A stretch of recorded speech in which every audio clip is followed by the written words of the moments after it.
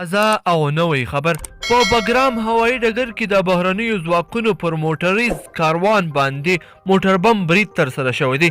دا چې دغه موټر بم کې څومره تلفات دي ویډیو را سره تر پایه پورې وګورئ. ګرانو لیدونکو السلام علیکم. په افغانستان کې میشتو بهرنیو ځواکونو ویلي په بګرام هوایي ډګر کې نن سهار وختي په یوې روغتیایي مرکز باندې برید شوی دی.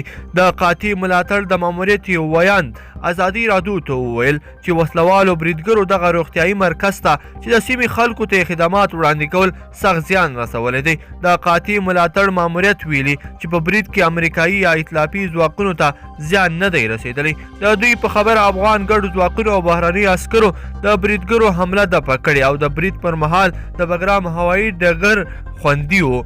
مخکې د بګرام وسلوال عبدالشکور قدوسي ازادي راډیو ته وویل چې د بګرام هوایي اډې ته نږدې 2 موټر بم بریدونه شوي او وسلوال دې اډې ته ننوتي دي. دوی ویلي وو چې په میدان کې سختې ډزې روانې دي. د پروان امني قمندان جنرال محفوظ ولیزاده هم سهار وختي پیښه تایید کړې وه. ویل کېږي چې د سیمو خلکو ته هم زیان اوښتی دی او ځینې زوبل شوي کسان روغتونونو ته رسول شوي دي. تر اوسه پورې د دغه برید په اړه په افغانستان کې میشتو بهرنیو ځواکونو څه نه دي ویلي او کومې ډلې هم د دغه برید مسؤلیت نه دی منلی. په بګرام کې د امریکایي ځواکونو یو لوی شمېر سرتیري میشت دي چې اکثره داسې بریدونه مخکې وسلوالو طالبانو کول.